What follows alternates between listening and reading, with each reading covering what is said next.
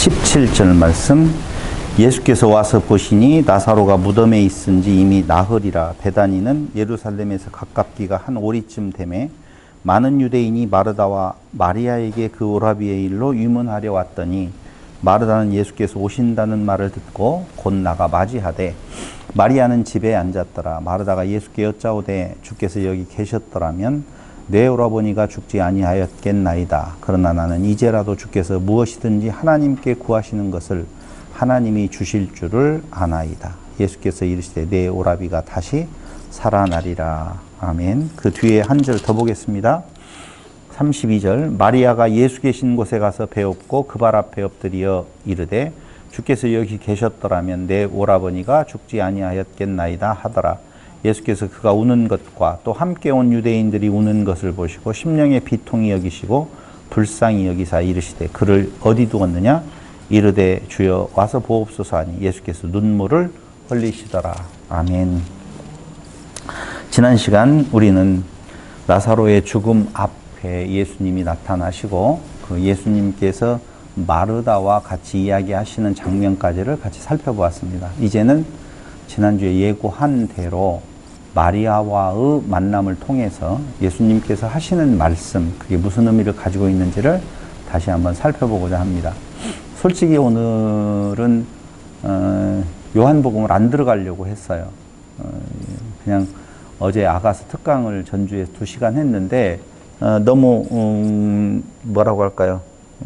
평안교회 성도들이 생각이 나서 오늘은 아가서의 뒤풀이 정도를 좀 같이 나누어 볼까 이렇게 생각을 했는데 그러면 또 요한복음을 준비 안 해가지고 때우려고 하는 것이 아니냐 이렇게 또 뭐라고 할까봐 요한복음을 잘 살펴보면 아가서의 내용하고 같은 개념에 대한 내용이 잘 나타나 있어서 오늘 본문은 짧지만 강렬한 의미가 있어서 요한복음과 아가서의 콜라보를 한번 같이 진행을 해볼까 그렇게 생각을 합니다.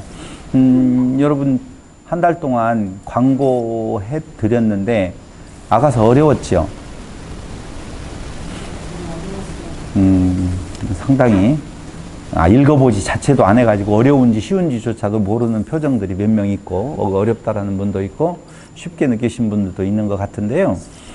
아가서는 노래 중에 노래다라고 말을 해요. 그럼 그때 노래는 찬양을 의미하는 건데 찬양 중에 찬양이라고 보시면 돼요. 아가서가. 그럼 아가서가 찬양 중에 찬양이면 우리가 생각을 해보건대 찬양은 하나님을 향한 것이죠.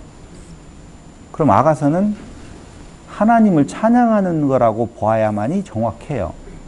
그런데 아가서를 거의 해독을 할 때 많은 사람들이 부부간의 사랑, 남녀간의 사랑, 지고지순한 사랑의 이야기인 줄로 생각하는 경우가 굉장히 많이 있습니다. 어느 쪽으로 보든지 간에 아가서를 개역개정 성경으로 읽어보면 도대체 화자가 누군지, 청자가 누군지, 지금은 누가 말을 하고 있는지조차 해독하기가 상당히 어려워요. 그래서 여러분들이 아가서를 굳이 읽어보려고 한다면 새번역 성경이나 공동번역 성경을 보면 거기에 화자가 지금 누가 말을 하고 있다라고 하는 것이 구분이 되어져 있기 때문에 그나마 좀 이해하는데 쉬운 부분을 느낄 수가 있을 겁니다. 자, 그런 의미에서 오늘 요한복음을 들어가 보면 지금 마르다와 만나고 난 뒤에 예수님께서 나사로의 죽음 있는 곳으로 가셔야 돼요. 가는데 가지 아니하고 머물러 있어요. 머물러 있는 자리에 마리아가 예수가 오셨다는 말을 듣고 마리아가 오거든요. 왜 예수님은 그쪽으로 이동하지 않았어요? 이미 죽어서 냄새나는 정도가 되었기 때문에 그걸 기다리는 것은 지난주 시간이었었고 이번 주에 가지 않은 것은 예수님을 해하려 하는 자들에 대한 내용 때문에 가능하면 유다로 가지 마십시오. 예루살렘으로 가지 말라고 하는 그 제자들의 만류나 이런 것으로 보아서 예수님은 아직 마리아가 있는, 즉 나사로의 죽음이 있는 곳으로 가지 아니하고 그대로 머물러 있었을 때 마리아가 옵니다. 예수님께로 와서 예수께 하시는 이야기가 한 이야기가 마르다와 똑같아요. 예수님이 그 죽음 앞에 있었다면 죽지 아니하고 내 오라버니가 살았을 텐데 참 안타깝습니다 라고 하는 표현을 지금 하고 있는 장면이었었어요. 같은 고백을 하죠. 그게 11장 32절이에요. 한번 보실래요? 32절. 마리아와 함께 집에 있어 위로하던 유대인들은 그가 급히 일어나 나가는 것을 보고 곡하러 무덤에 가는 줄로 생각하고 따라가더니, 자, 마리아가 움직이죠? 같이 따라가요. 아, 얼마나 슬펐으면 그럴까 하고 무덤으로 가는 줄 알고 따라가는데, 마리아가 예수 계신 곳에 가서 배엎고 그 발 앞에 엎드려 이르되 주께서 여기 계셨더라면 내 오라버니가 죽지 아니하였겠나이다 하더라. 그때 33절에 보면 나사로의 죽음 앞에서 모인 자들도 울고 마리아도 울고 모두 다 울었어요. 왜 울어요? 슬프니까 울지요. 당연히 뭐 다른 이유 없어요. 죽음 앞에서 그냥 슬프니까 울어요. 목사가 뭔가를 물어보면 무슨 큰 뜻이 있는 줄로 알고 생각을 자꾸 하는데 그럴 거 없어요. 그냥 책 읽듯이 읽어내려가면 돼요. 문제는 모인 자들과 마리아가 우는 것은 그냥 이해해요. 당연한 거라고 생각을 하거든요. 근데 예수님께서 왜 우셨을까? 이것이 이제 신학계에서 상당히 논쟁이 되어지는 부분이 있습니다. 자, 예수님께서 33절에 보니 그가 우는 것과 또 함께 온 유대인들이 우는 것을 보시고 심령에 비통히 여기시고 불쌍히 여기사 이르시되 그를 어디 두었느냐 이렇게 말을 하거든요.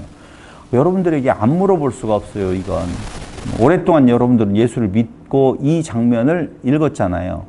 그렇죠? 예수님은 왜 통분히 여기시고 우셨을까요?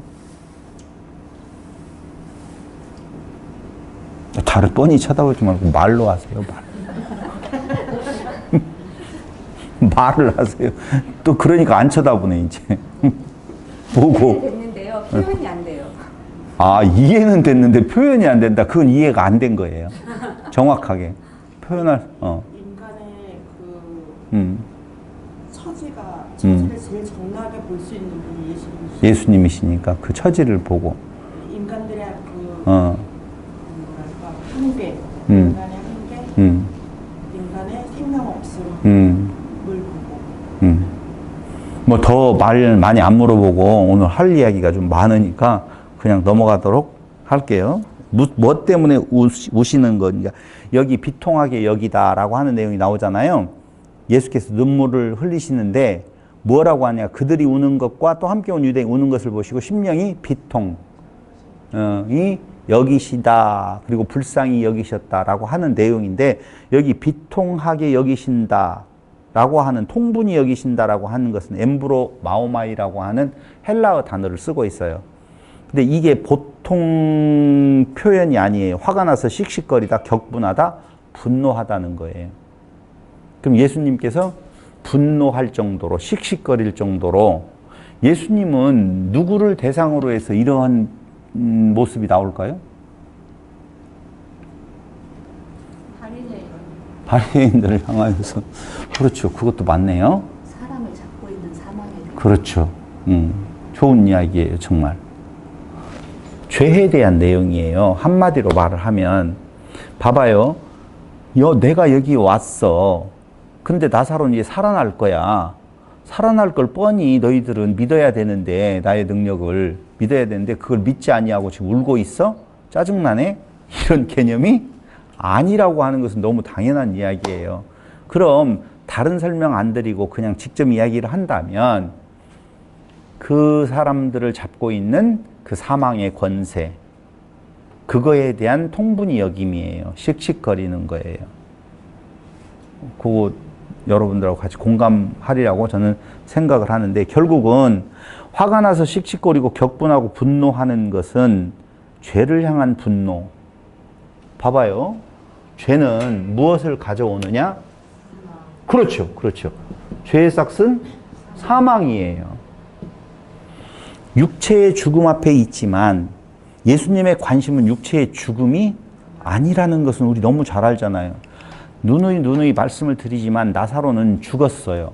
그런데 예수님에 의해 다시 살아났어요. 죽음 그 자체가 슬픔이요, 비통함이요, 분노를 일으키는 정도라고 보면 살아났으면 기쁨이 되겠죠?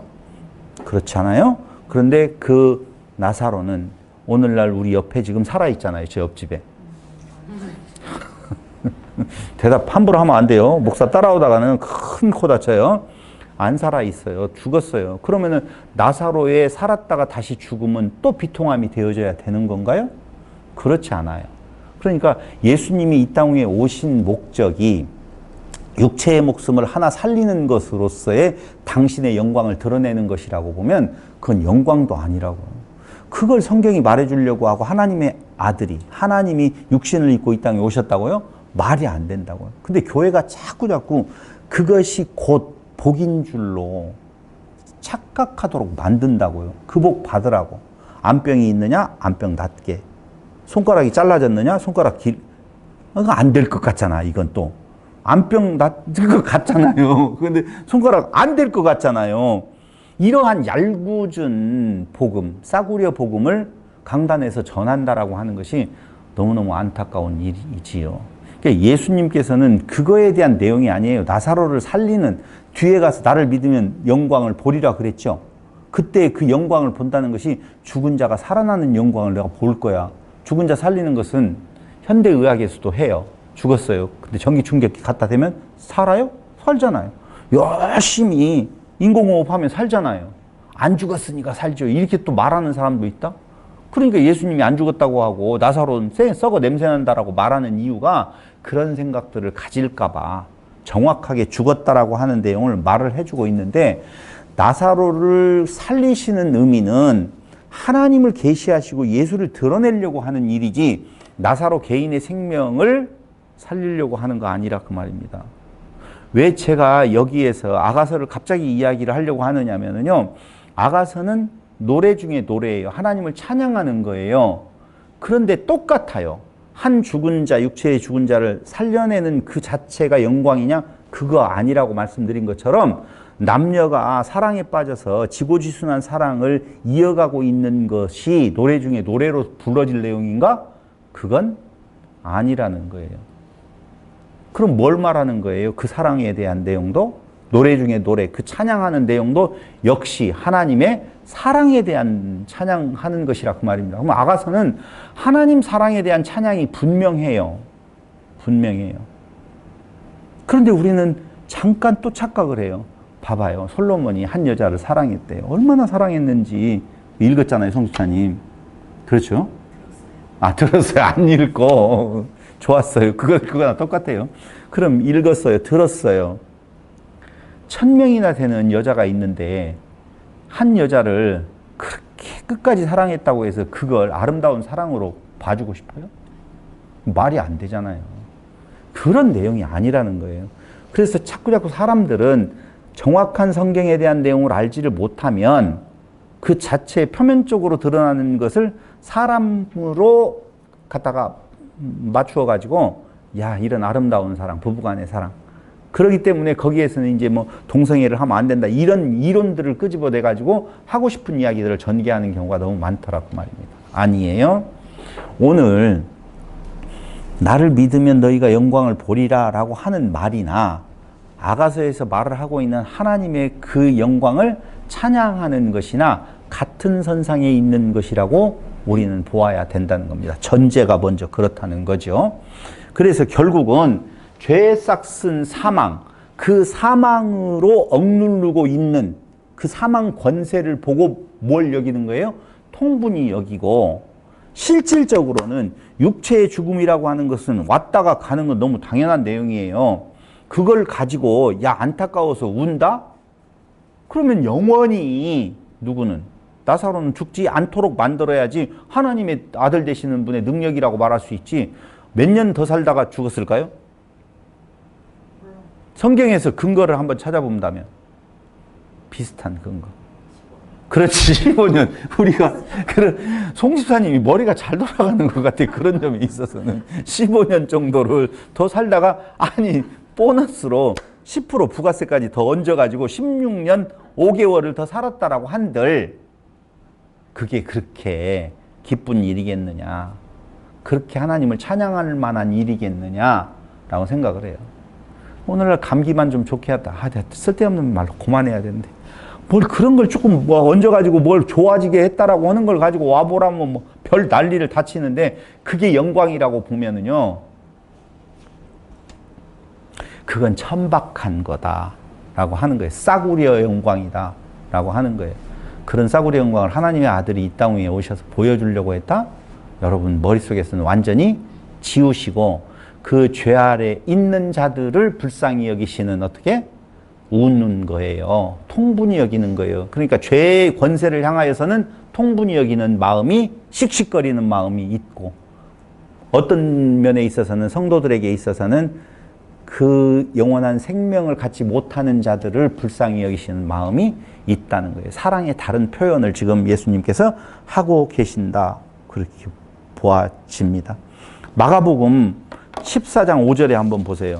똑같은 단어를 쓰고 있는데요. 마가복음 14장 5절.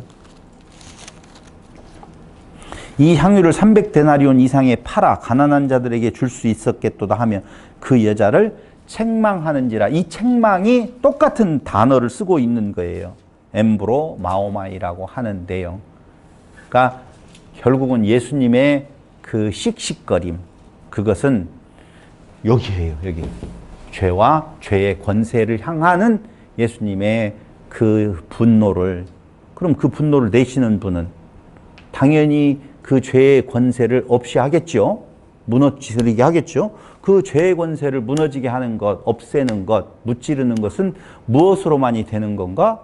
오직 예수의 십자가로만 그게 가능하다는 거예요. 그러므로 나사로의 죽으심 안에는 이미 예수님의 죽으심이 전제되어져 있고, 말씀드린 대로 7가지의 표적이라고 하는 그 내용이 처음 시작이 뭘로 시작했어요? 물을 포도주로 만드는 것에서 시작을 했잖아요. 피로 시작을 하고 그 다음에 마지막 표적이라고 하는 것이 죽은 자를 살리시는 거예요. 그래서 피로 죽은 그 예수의 피가 결국은 사람을 신으로 만드는, 죽은 자를 살게 만드는 그런 표적으로 마무리를 지금 짓고 있는 내용이 나사로의 죽음에 나타난 내용이라고 보시면 돼요. 그래서 죄로 인한 사망 상태를 통분히, 민망히, 불쌍히 여기시는 예수님의 모습을 지금 보여주고 있어요. 그런데 우리는 여기에서 하나 생각할 내용이 있어요. 그게 뭐냐면요.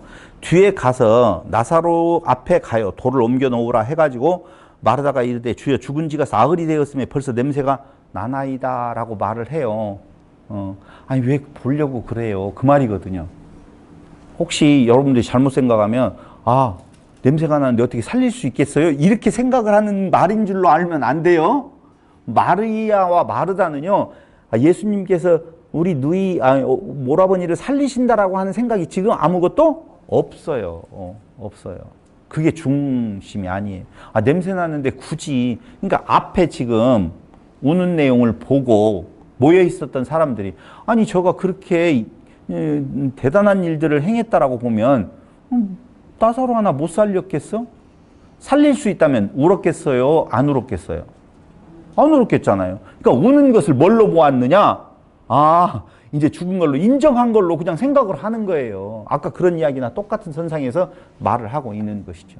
그런데 예수님께서는 옮겨 놓아라. 죄송해요. 정말 머리가 커가지고 문제가 생겨요. 뭐가 그러냐면 이 대목에서도 아니 예수님이 하나님의 아들인데 돌아 굴려라, 옆으로 비껴라, 그럼 뭐 못해가지고 그걸 굴리라고 그렇게 했을까?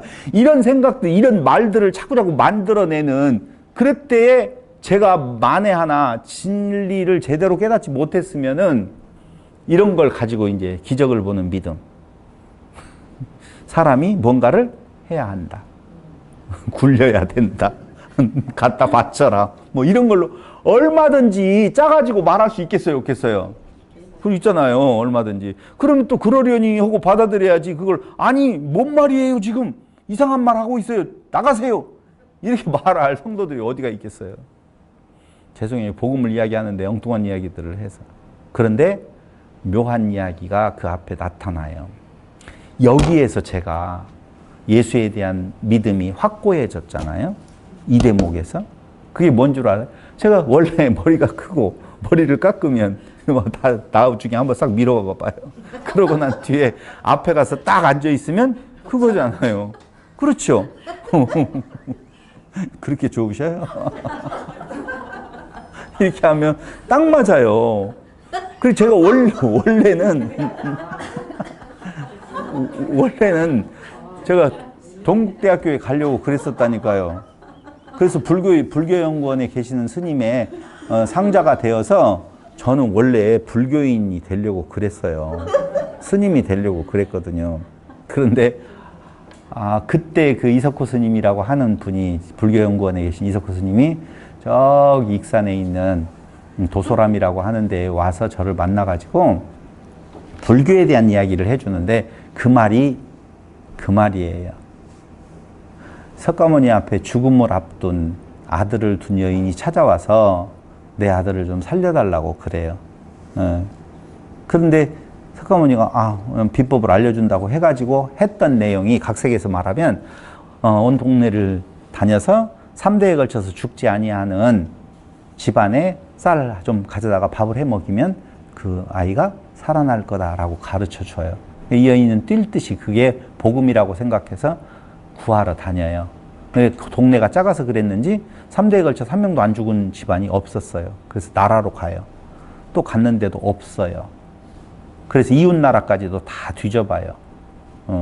그런데도 없어요. 여인은 속았다라고 생각을 한 거예요. 석가모니 앞에 갔어요. 그것이 아함경에 나오는 거예요. 불교의 아함경에 나오는 내용인데, 거기에 가서 석가모니 앞에 당신이 왜 거짓말 했느냐, 그런 집안이 없더라 라고 해서, 그랬느냐, 맞다 여인아, 너의 아들만 죽는 것이 아니라 염려하고 있는 너도 죽고, 네가 지금 답을 달라고 하는 나도 죽고, 이 세상에 오는 모든 사람들이 다 죽으니 그거에 대해서 그렇게 매이지 말고 해탈, 벗어나는. 그럼 그 해탈을 하려면 어떻게 해야 돼요? 석가모니가 간 길을 따라가서 뭔가 108가지의 그 번뇌에서 벗어날 수 있는 그 길을 찾는 것, 그게 구도자의 길이에요. 도를 닦는다라고 하는 거거든요. 그러니까 사람들이 안 되니까 어떻게 하는 거예요? 면벽을 하는 거예요. 벽을 쳐다보고 아무 생각이 안 들어갈 때까지 가는 거예요. 저는 그러면서 그 이석호 스님이 하신 이야기가 뭐였었냐면, 정확하게 불교를 말하면 너만 붓다냐? 석가모니 너만 붓다냐? 나도 붓다가 될 수 있다. 깨달은 자가 될 수 있다라고 하는 것이 불교라는 거예요. 그래서 불교는 종교가 아니에요. 냉정하게 말하면 석가모니를 믿는 것이 아니라 자기가 그 도에 이르는 철학이에요. 철학으로 보시면 돼요. 너무 멋있었어요. 왜냐하면 그때까지만 하더라도 죽음의 공포가 너무 저한테는 심했거든요. 그래서 이 죽음을 이겨내는 방법으로, 그래, 수도를 하게 되어지면 죽음 생각이 없어지겠지라고 하는 생각을 했어요. 그래서 이제 불교에 귀의를 하려고 하는 때였는데, 영화관만 가면 죽음이 또 떠오르네. 전쟁 영화 같은 거 보면 많이 죽잖아요. 그냥 그 죽음이 저에게 오버랩 되는 거예요. 내가 그 자리에 있는 것 같아요. 제일 힘든 것이 뭔 줄 아세요? 죽어서 땅속에 붙이면 숨은 어떻게 쉬지? 이런 생각을 하는 거예요. 자살하려고 마음먹었을 때 손가락 끊어지고 그럴 때 목 매다르면 숨 막혀서 어떻게 안 되겠는데 이게 무섭더라고요. 너무 숨 막힐 것 같아서 그렇게는 안 되겠다는 생각이 들어갈 정도로, 전쟁터에만 가면, 전쟁 영화만 보면 그래서 해답을 못 찾고 아직 수련이 덜 됐는갑다라고 하는데, 어느 날 갑자기, 그때는 애인이었고 지금은 아내가 교회 한 번만 나가보자라고, 결혼하기 전에. 그래서 이쁜 여자를 얻으려면 한번 따라줘야지 하고 갔는데, 거기에서 어떻게 하다 보니까 몇 번 나가게 됐어요. 나가게 되는 중에 요 말씀을 본 거예요. 죽어가는 그 오라버니의 생명을 살려달라고 요청을 하는데 죽을 때까지 기다리는 예수님의 모습이었었어요. 그렇죠? 그래서 이제 썩어졌어요. 근데 예수님께서 무덤 앞에 가서 굉장히 단순한 이야기예요. 야, 마리아야, 마르다야, 어차피 다 죽는 거야. 거기에 뭘 그렇게 신경을 쓰는 거야? 죽은 자는 죽고 산 자는 살아야지. 이렇게 위로할 줄 알았잖아요. 석가모니와 같이. 그런데 그렇게 위로하지 아니하고 죽음을 향하여서 나사로야 일어나라 그래요. 그러면 나사로야 일어나라고 할 때 나사로의 믿음이 합쳐진 거예요? 나사로의 믿음과 상관없는 거예요? 그걸 물어보냐? 아이고, 우리를 몇 살로 보는 거냐? 이렇게 생각을 할까? 그러지요, 전사님. 맞아요. 그럼 뭐라고 했겠어요? 당연히 죽은 자는 아무 할 수 있는 일이 없어요. 믿음 상관없는 거예요. 그러니까 어떤 의미로 보면 그가 누구이기에 라고 하는 의문을 가져야 되는 거예요. 저가 누구이기에 죽음을 향하여서 생명을 내놔라 하는데 생명이 나오느냐고요.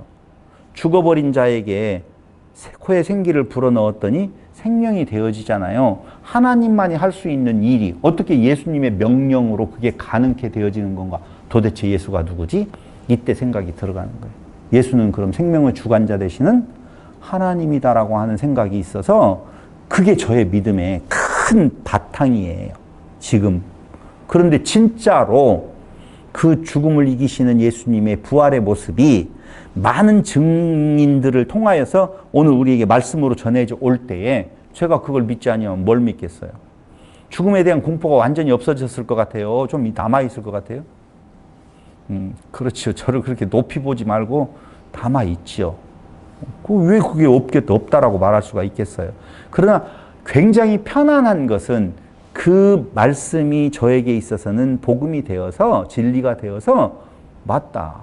다른 차원의 우리의 삶이 이미 보장되어져 있고 그래서 이제 오늘 그 이야기의 일부분을 말을 하려고 하는 거예요. 자, 죽은 나사로를 향하여서 나사로야 나오라 하니까 나사로가 뚜벅뚜벅 나와요. 뚜벅뚜벅 나온단 말입니다. 야, 대단하잖아요. 그게 하나님의 영광인가요? 아니요. 그게 아니라니까. 그렇게 나와 있는 나사로는 결국에 가서는 다시 죽었는데 지난 시간에 이야기한 것처럼 그게 예표가 되어서 예수님의 죽으심과 예수님의 부활을 이미 알려주고 있는 거라고요. 그러니까 너희가 믿으면 그 영광을 보리라 하는 것은 그 예수님이 그 무덤에 가서 그 나사로를 부르기 전까지 마르다와 마리아는 믿음을 보였다 안 보였다? 안 보였어요. 그런데 그것 자체를 믿으면 보리라 나왔다 믿었는갑다 이렇게 가는 것은 말이 안 되어지는 거예요. 그러니까 믿음은 우리 것이 아니라 하나님의 것이라고 보면 하나님께서 그 믿음을 주어서 그리스도의 부활을 받아들이게 하는 그 영광, 그 영광을 찬양하는 것, 그건 어디로부터 되어지는 건가? 죽으심으로부터 되어진다 그 말입니다. 죽으심 속에서 부활의 영광이 있는 거잖아요. 그렇죠? 그럼 오늘 아가서에 대한 내용이에요. 여기에서. 아가서는요, 언제 불리워지냐면요, 6월절 8째 날에 불리워져요. 그러니까 8째 날은 부활의 아침 아니겠어요?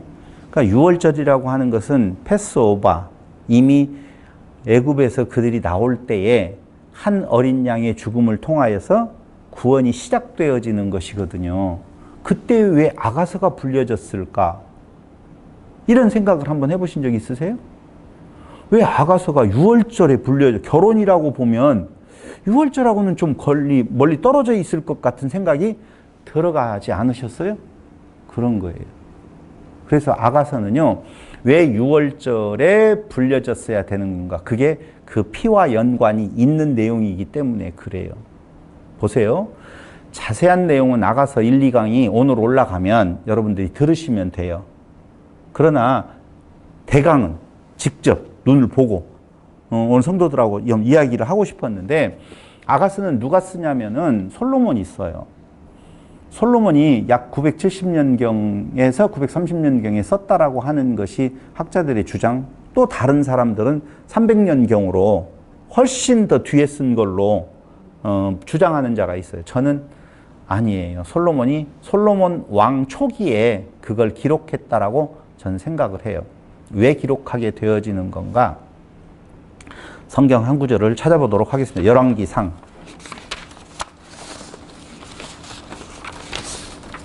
열왕기상 1장 3절 볼래요? 자, 찾으셨으면 제가 읽어드리겠습니다. 이스라엘 사방 영토 내에 아리따운 처녀를 구하던 중 수냄 여자 아비삭을 얻어 왕께 데려왔으니 이 처녀는 심히 아름다워 그가 왕을 받들어 시중들었으나 왕이 잠자리는 같이 하지 아니하였더라 라고 하는 내용이에요. 자, 이 말은 무슨 말이냐면요, 술람미라고 하는 이 술람미 여자, 아가서에 나오고 있는 우리가 흔히 알고 있는 솔로몬과 사랑에 빠진 술람미 여자로 생각을 하고 있었잖아요. 그런데 아니에요. 사실 아가서에는요 솔로몬 왕이 안 나와요. 솔로몬 왕은 없어요. 없어요.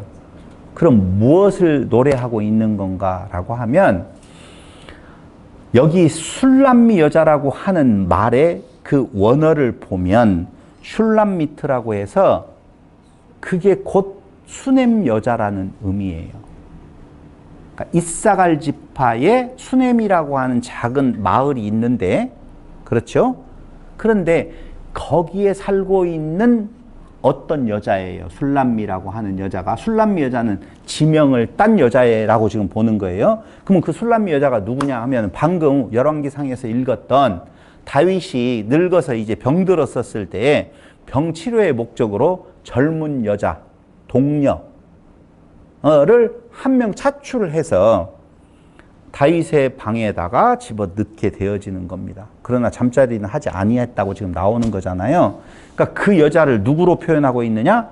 수넴 여자라고 이야기를 하고 있어요. 같은 여자예요. 술람미 여인과 누구는요? 수넴 여자, 동녀 아비삭은 같은 여자라고. 근데 그 히스토리를 간단하게 나중에 다 말씀을 들어보면 알겠지만 간단하게 오늘 말씀을 드린다라고 보면, 그 수넴 여자 동녀 아비삭이 결국은 다윗이 죽게 되어져요. 죽게 되어지잖아요. 죽게 되어지니까 아도니아라고 하는 다윗의 아들이 그 여자를 자기의 아내로 달라고 밧세바를 설득을 해요. 밧세바로 하여금 솔로몬을 설득해서 그 동료 아비삭을 자기의 아내로 달라. 근데 성경 열왕기에 보면 왜 그 시도를 했느냐라고 나오냐면은 왕위 계승을 목적으로 해요. 그러니까 아버지의 아내, 그 아내, 여러분 이 말이 안 되지 아니요. 옛날 왕궁에서는요 그 아버지의 아내를 자기 아내로 삼는 아들 왕들이 많이 있어요. 그게 그렇게 나쁜 내용도 아니에요. 나쁜 내용 아니에요. 그래서 그 동료 아비삭을 자기 아내로 삼아서 왕권을 어떻게든지 찬탈해 보려고 하는 시도를 하는데, 그것 소식을 듣고 누구는요? 솔로몬은 불같이 화를 내고 그를 살해해 버립니다. 아도니아를 살해해 버려요. 그럼 이제 동료 아비삭은 어디에 있을까요? 뭐 왕궁에 있지 어디에 있어요? 그때까지 왕궁에 있어요. 그냥 그대로 있으면 청상과부로 그렇게 있다가 생을 마감해야 되는 거거든요. 근데 여러분들이 잘 아시다시피 그는 정식으로 결혼을 위하여서 데려온 사람이 아니었었잖아요. 그러니까 그 여자의 입장에서는 이제 다윗이 죽었으니 자기는 거기에 있든지 아니면 밖으로 나가든지 해야 될 거 아니에요. 솔로몬은 얼마나 이뻤으면 아니면은 좋게 보였으면, 1000명이나 되는 여자가 있는데 동료 아비삭이 농장에서 일하다가 새카매졌다고 그러잖아요. 별로 감흥이 없어. 새카매졌다라고 보고 나오잖아요. 나는 내 오빠들이 나를 괴롭혀가지고 나보고 더 과수원을 돌보라고 해가지고 그거 돌보다가 그냥 새카매졌어요 라고 말을 하잖아요. 이쁘기는 이뻤겠지요. 왜냐하면 왕의 시중을 드는 사람으로 차출을 했었을 때는 건강미는 당연히 있었을 거고 얼굴이 검게 타올랐을 뿐이지 이쁘기는 이뻤을 거예요.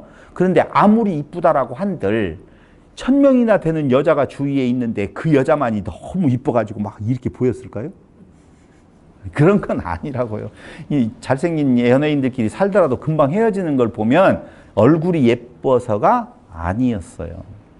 그래서 그 아도니아의 그 시도에 대한 내용이 무의로 돌아가고 아비삭에 대한 내용을 어떻게 할 것인가에 대한 생각이 들어갔었을 때에 솔로몬은 자기 어머니 되면서 또 자기가 봐도 예쁘거든요.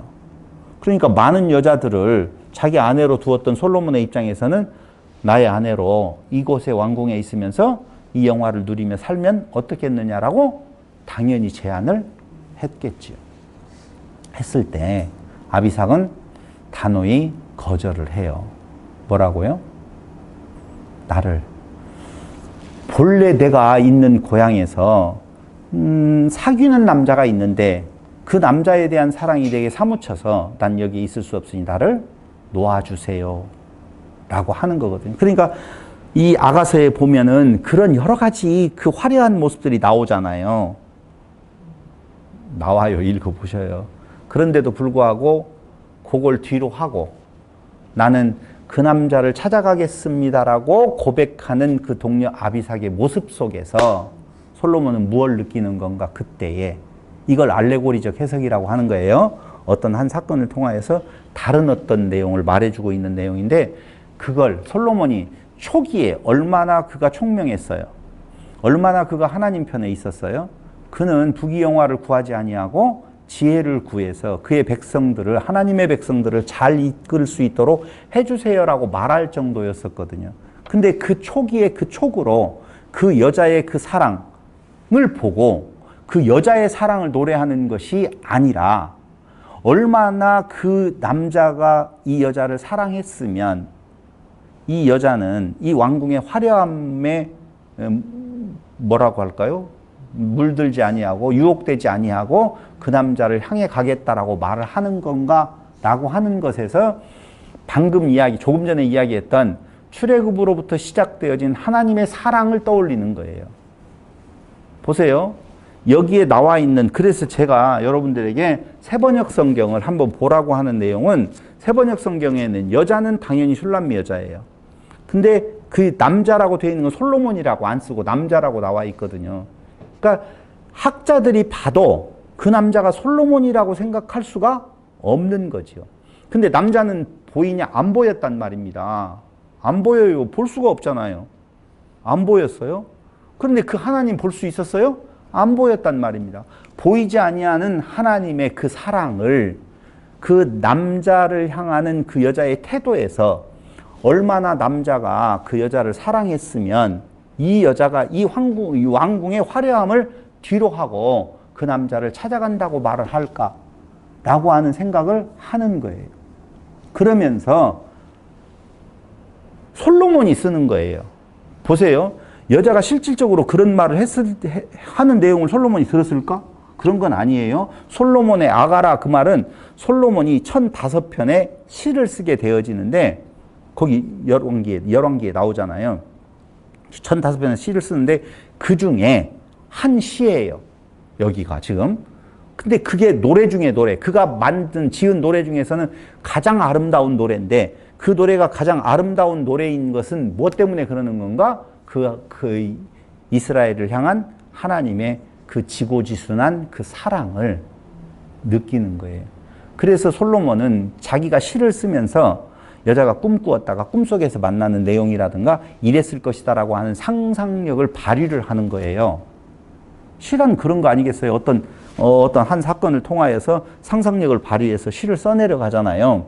그러니까 허구를 쓴다라고 생각하지 마시고 지금 솔로몬이 쓰고 싶은 내용은 딱 하나예요. 이스라엘을 향한 하나님의 사랑을 노래하고 있는 거라고요. 그 내용이. 그런데 그 사랑이 얼마나 큰가에 대한 내용을 저는 오늘 바울의 입장에서 한번 여러분들하고 같이 또 조명해 보고 싶은 생각이 있다는 거예요. 자, 충분히 이해했죠, 이제. 다시 이야기하면 아가서는 한 여자와 한 남자의 그 사랑 이야기가 아니라 한 남자를 향한 그 여인의 그 왕궁의 생활을 마다하고 그 애인을 찾아가려고 하는 그 모습 속에서 그 여인을 향한 그 남자의 그 사랑을 무엇로? 이스라엘을 향한 하나님의 사랑으로 그는 알고 그 사랑을 노래하게 되어지는데요. 그건 결국은 그게 하나의 뭐에 대한 계시가 되어지는 건가? 성도들을 향한 하나님의 사랑이 그리스도를 이 땅 위에 보내주어서 그건 아무 조건 없는 사랑이었었잖아요. 그렇죠? 아무 조건 없는 사랑이었었는데 결국은 그 사랑을 미리 예언하는 내용이 오늘 아가서의 내용이라 이렇게 보시면 잘 읽어보시면 돼요. 들어보시면 돼요. 근데 오늘은 그 말을 하려고 하는 것이 아니에요. 이 내용은 제가 여러분들에게 충분히 이야기했으니까 됐고, 어디를 찾아보면 좋겠냐면요. 요한 1서를 한번 찾아보세요.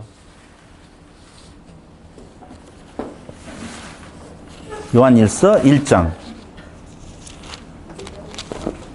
요한 1서 1장 5절.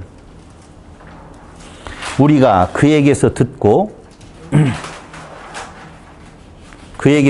너희에게 전하는 소식은 이것이니 곧 하나님은 빛이시라. 그에게는 어둠이 조금도 없으시다는 것이니라. 만일 우리가 하나님과 사귐이 있다 하고 어둠에 행하면 거짓말을 하고 진리를 행하지 아니함이거니와 그가 빛 가운데 계신 것 같이 우리도 빛 가운데 행하면 우리가 서로 사귐이 있고 그 아들 예수의 피가 우리를 모든 죄에서 깨끗하게 하실 것이요라고 나오죠.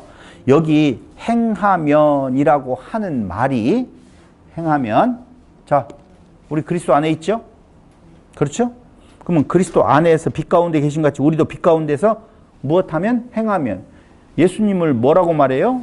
나는 빛이라 말하잖아요. 지금 요한복음하고 지금 같이 연결해서 이야기하는 거예요. 근데 빛 가운데서 행한다는 말은 뭐예요? 혹시 전도사님 행하면 또 윤리도덕으로 가시지는 않겠죠? 그럼 행하면 뭐예요? 빛 가운데서 행한다. 예수 안에서 행한다는 말은 뭔 말이에요? 내 안에 빛이신 그리스도가 드러난다. 정말 좋은 해석이에요. 근데 그 해석을 듣고 난 뒤에 또 의문이 생겨요. 그러니까 내 안에 그리스도가 빛으로 드러난다는 말이 도대체 어떤 말이냐라고 또 물어보면 한 단계 더 들어가 보세요, 성직사님. 그리스도 하나님이신. 그냥 이런 거 네. 나 없음을 찾는 잘 안 들리지만 다 좋은 말을 했어요. 네, 좋은 말을 하셨는데 여기 행하면이라고 하는 헬라어는요, 같이 걷다라는 말이에요. 같이 걷다라고 하는 말이거든요. 그래도 또 우리는 의문이 생길까요? 안 생길까요? 생기죠. 그래서 오늘 제가 찬양을 주와 같이 길 가는 것, 이 찬양을 제가 하는 거예요. 준비했다는 말을 하려고 하는 거예요. 뭐 그냥 노래 부르는 것이 아니라 주와 같이 길 가는 것, 어찌 그렇게 기쁜 일인가라고 하는 건데, 그런데 보세요. 한번 물어보십시오. 우리가 주와 같이 길 가는 것, 주와 같이 행하면, 주와 같이 걷는다라고 할 때 전제되어지는 것이 너희가 믿으면 영광을 보리라라고 하는 것처럼 믿음으로 연결되어지는 거 아니겠어요? 그렇죠. 그럼 우리가 믿으면 아니면 여기 죄의 삭은 사망이에요. 사망을 없애는 것은 믿음이라고 성경은 말하잖아요. 믿으면 죄가 없어져요, 안 없어져요?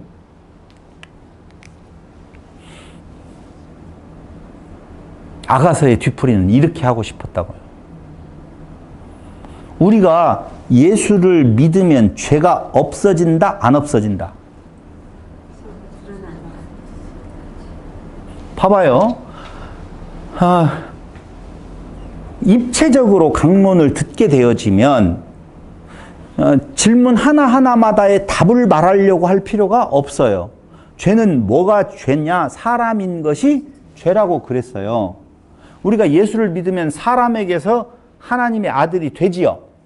하나님의 아들이 돼요.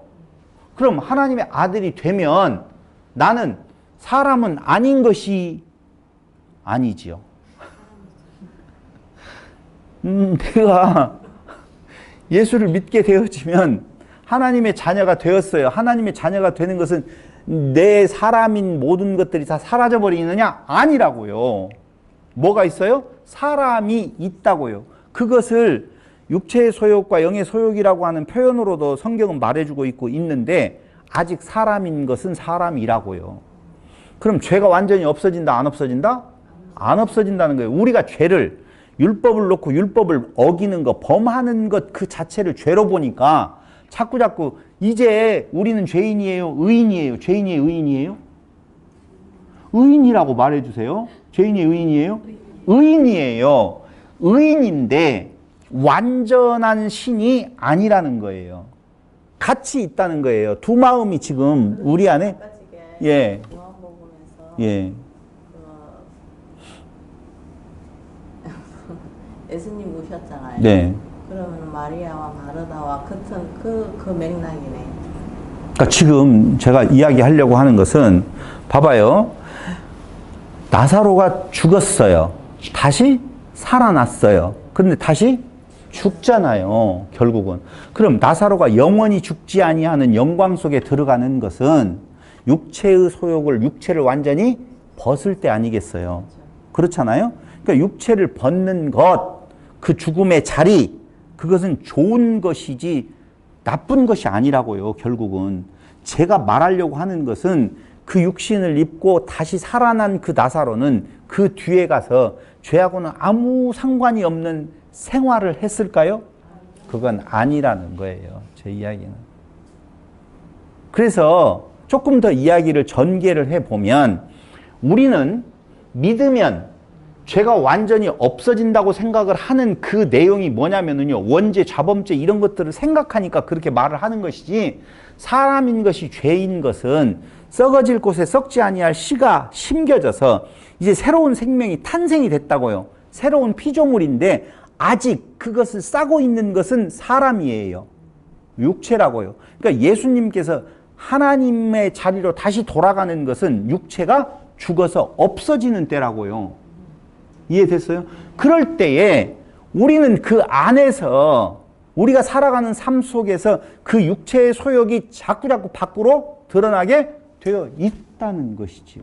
그걸 로마서에서 찾아보도록 하겠습니다. 로마서 7장 21절.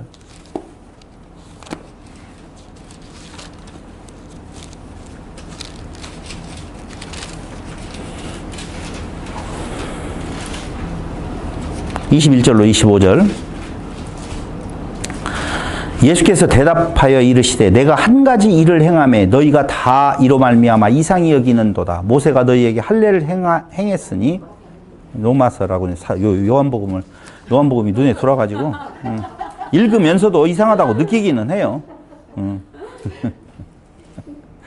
그렇게 좋아요. 내가 틀리면. 네.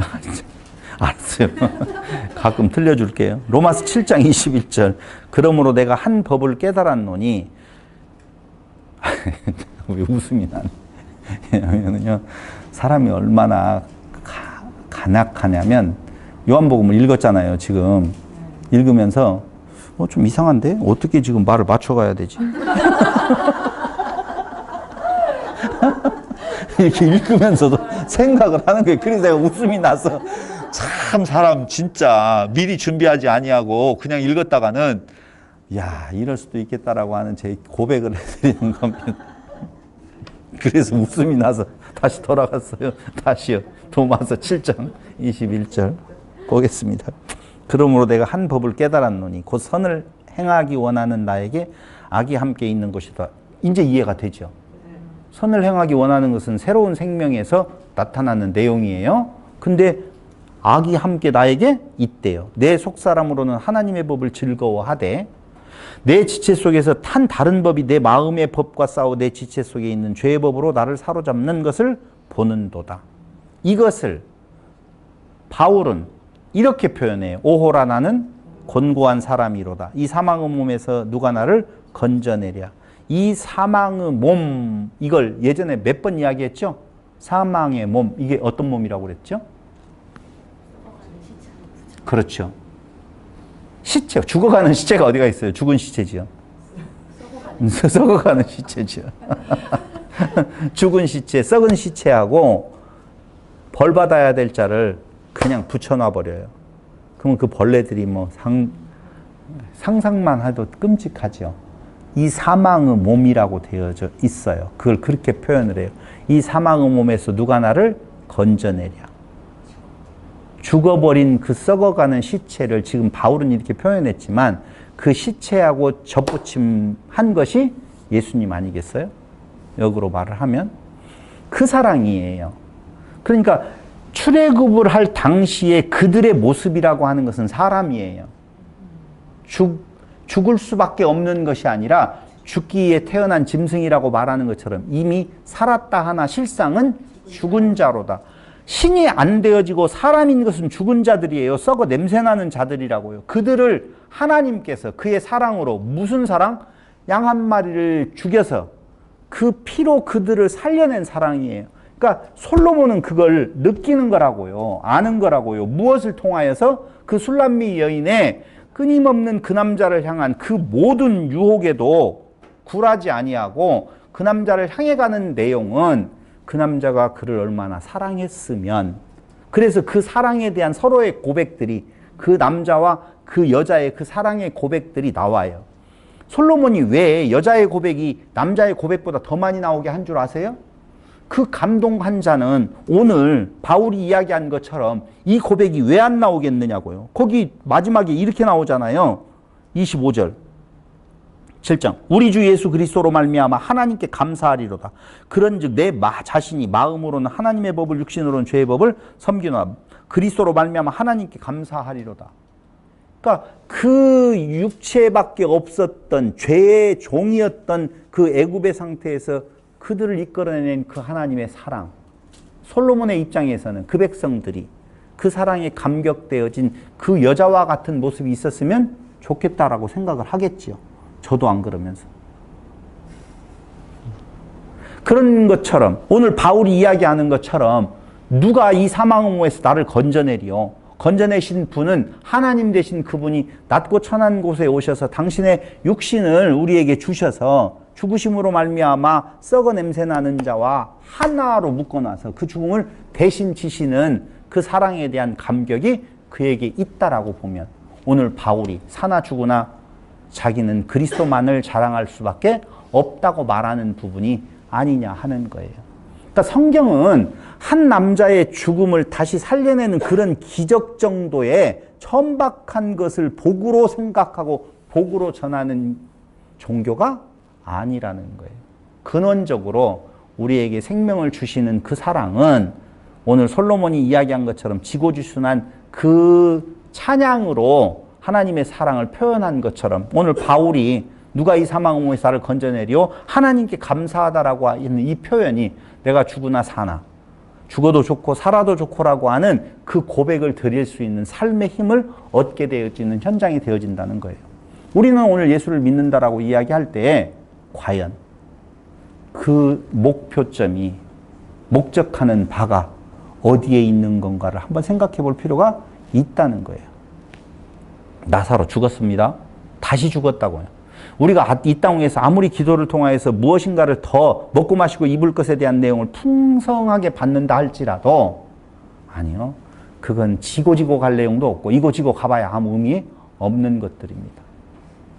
하나님의 참 사랑이 죽어있는 우리를, 사람인 우리를 하나님의 자녀되게 만드시기 위한 그리스도를 통한 그 사랑의 고백이 여러분들과 저에게 들렸다라고 보면 그 사랑의 겨워, 그 사랑의 감격이 아가서를 통하여서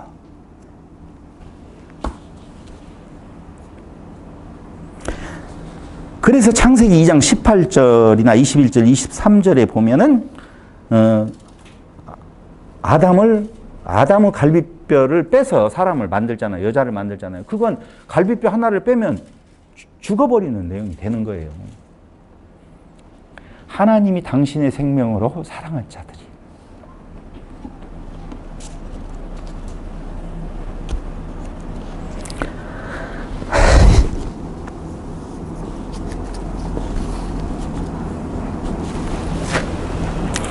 이 생명에 갇힌 성도들이 오늘 하나님을 찬양하며 살아가는 삶이 되어지기를 바라면서 말씀 마칩니다. 기도드리겠습니다.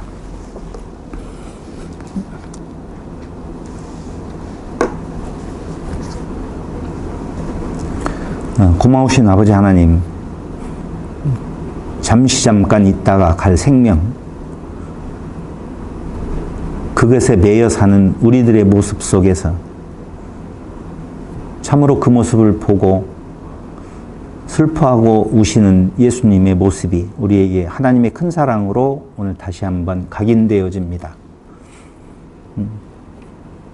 영원히 변하지 아니할 하나님의 사랑, 우리에게 영원한 생명으로 신의 아들로 하나님으로 만들어주시는 그 사랑이 오늘 이 땅 위에 살아가면서 우리의 욕심으로 끝없이 올라가려고 하는 이 우리의 마음을 다시 한번 돌아보게 하시고 오직 그 하나님의 크신 사랑 그리스도의 사랑 안에 복에 겨워 하나님을 찬양하며 사는 것이 가장 아름다운 삶인 것을 깨달아 알아 우리의 삶 속에서 날마다 기뻐하며 하나님을 찬양하는 성도들이 되게 하여 주실 것을 예수님의 이름으로 기도드립니다. 아멘.